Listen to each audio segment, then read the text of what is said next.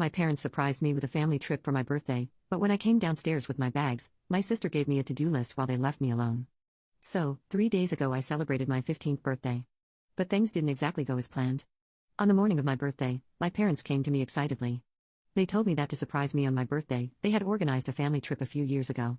Being the younger and less important sister, I rarely received surprises like this, and I was really happy.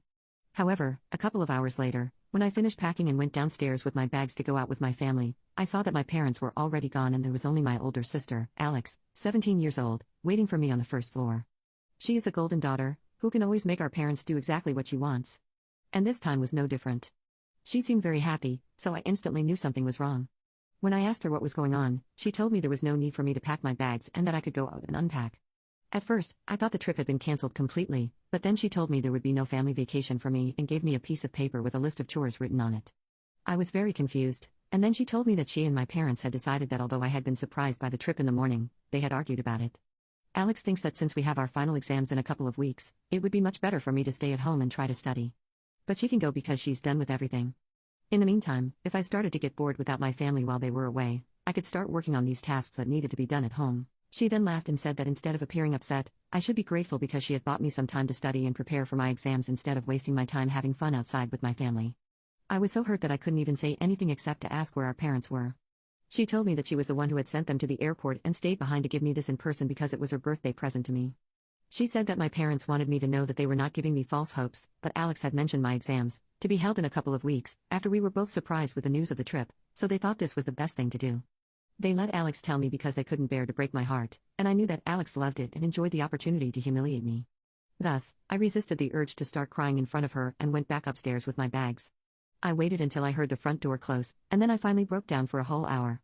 Alex has always hated me, and I have always known that my parents simply do what she says without thinking too much. For them her word is the holy grail. But I couldn't even imagine they would do something so cruel and humiliating to me on my birthday of all days. Alex and I have had our fights before, and my parents have always taken her side. But this was unbelievable. On the morning of my birthday, after my parents told me about the surprise trip, I even sent messages to my friends and told them I couldn't go out with them at night as I had planned to do, and even they were quite surprised that my parents would organize something like this for me. I guess some things are too good to be true, but I was still angry after I stopped crying, and the more I thought about my situation, the worse I felt, so I decided to do something I knew would hurt my parents and Alex to get back at them. Update: my sister gave me a to-do list while they left me alone. Part 2, so I decided to do something I knew would get back at my parents and Alex to take revenge. As she was home alone, I decided to go into my dad's office and make a series of calls from his phone to all the important contacts I could find on his MacBook. I invited them to an evening party I had organized for my parents' anniversary. I wanted to surprise them. I know it was a last-minute invitation, but I told everyone I would be very grateful if they could attend.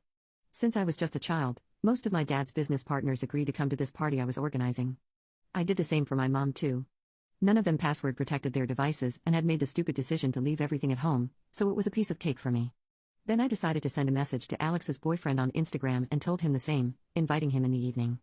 I also invited my friends and helped them prepare the house to make it look like a party. Finally, around 7 p.m., the guests I had invited began to arrive, but they were very surprised when they saw that my parents were nowhere to be found. I told them it was a surprise for the night, so they could find out what was going on in due time. Once all the guests arrived and I took a group photo with all of them, I decided to put my plan into action and told them exactly where my parents were. I told them all about how they had treated me and how my parents always seemed to think that whatever Alex said should be followed. It was Cinderella, but I had never talked about any of this until today. I then explained what had happened exactly on my birthday and how my parents simply abandoned me and didn't even bother to explain things to me in person, all because Alex thought it was the right thing to do. I saw that many people were extremely surprised since my parents gave a good performance in front of other people, acting kind and decent. But I can assure you that good people do not do such things to their children. Anyway, once I finished telling them everything that had happened to me, I told them that this was exactly the reason why I had organized this party, to expose my parents and my sister. If I hadn't ruined things enough for all three of them, I also decided to show them the list of assignments that Alex had left me. I saw her boyfriend, who was in a corner of the room, and he had no idea that Alex also had this cruel side. They all remained silent after I spoke up and shared what had happened to me. Over time, I think people realized it didn't make sense to stay longer, so some left without saying a word, and others were annoyed but came to comfort me before leaving. The only thing I felt bad about was having wasted their time. I decided to send the group photo I had taken with all those who had attended the party to my parents and my sister with a caption that said, "I had some guests at my birthday party." Today, I think, I finally started with the list that Alex left me. It was the perfect plan. After sending that message, they responded in seconds, telling me to fix what I had done immediately and that they were returning home on the next flight. I blocked them all and went to my best friend's house, Fiona, with my bags because I knew it was no longer my home.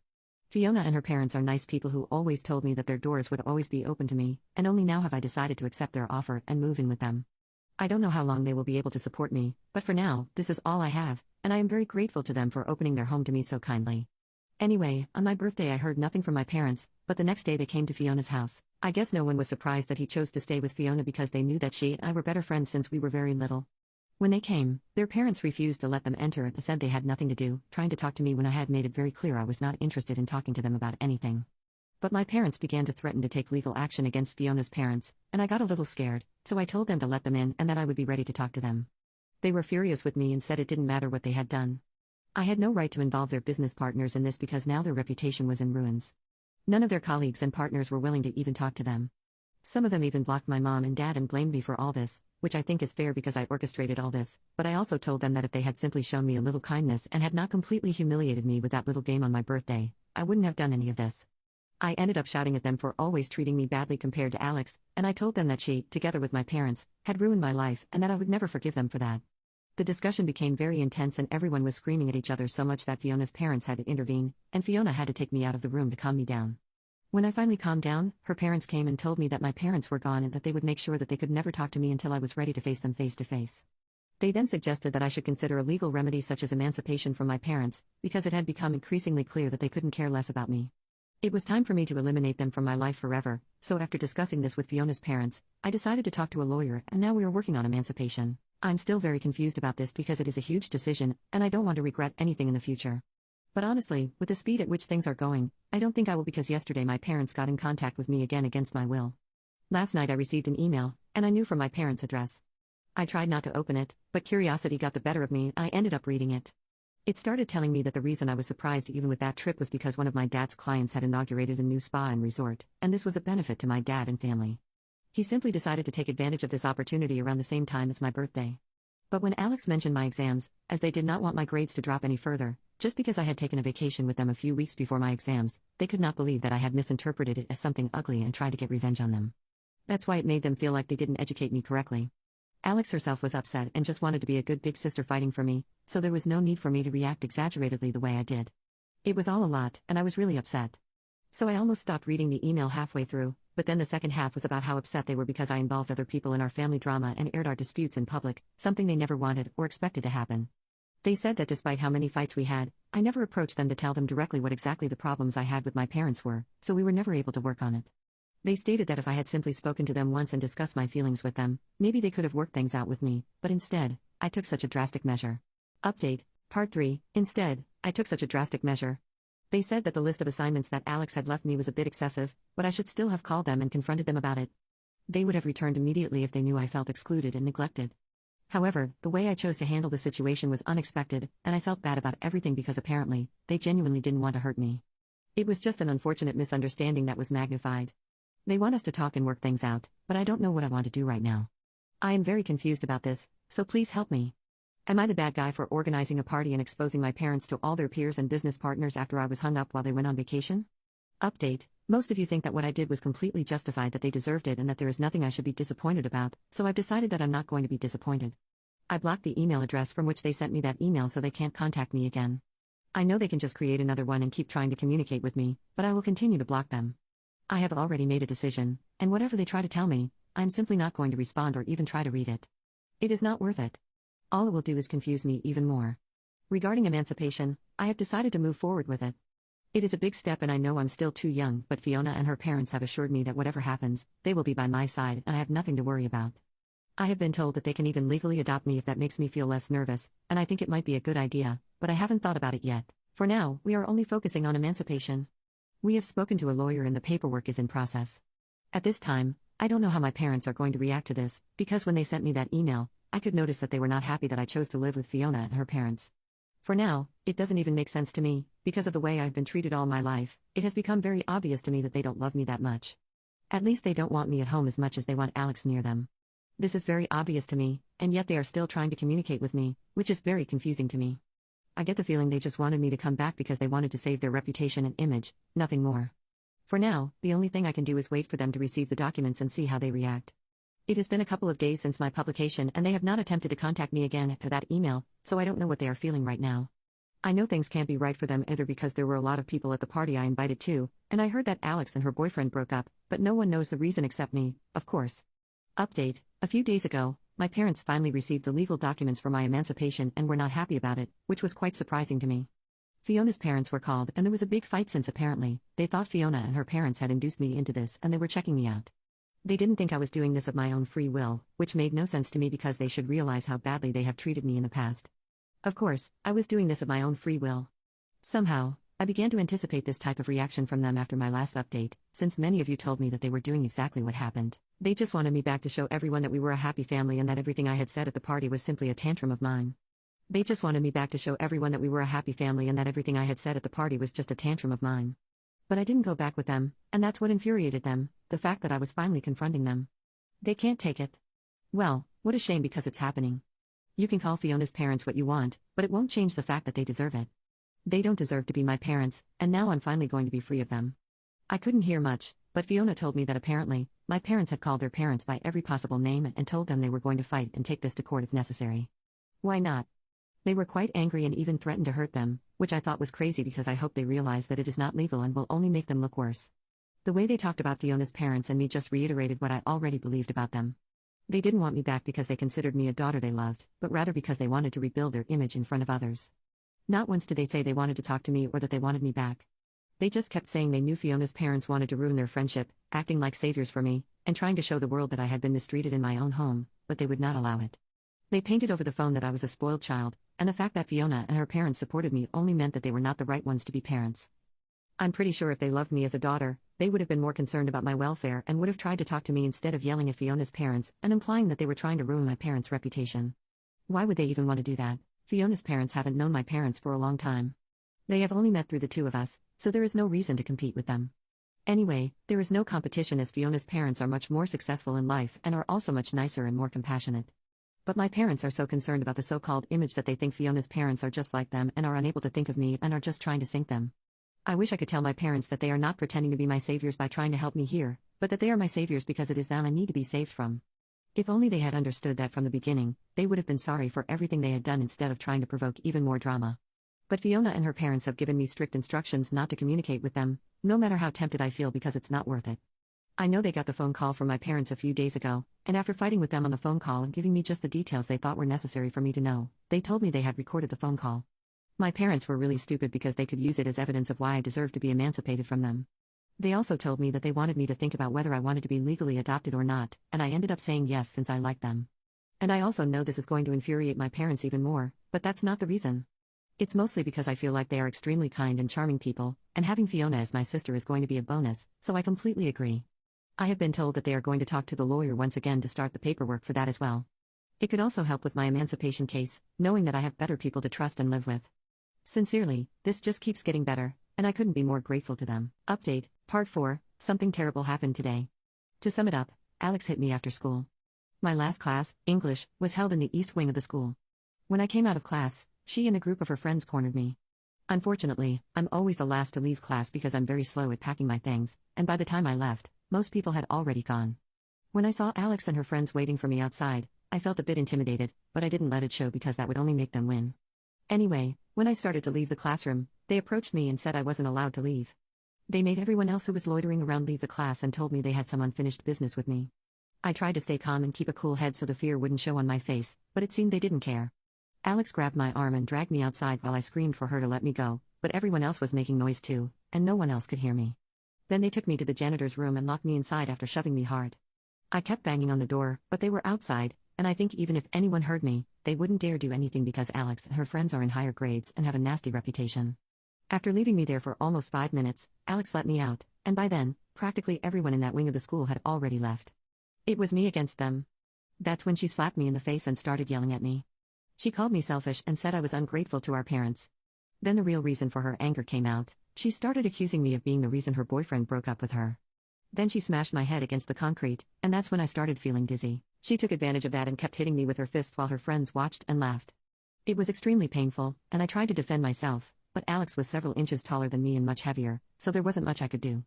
At one point, I started curling up against the wall, and she kept hitting me.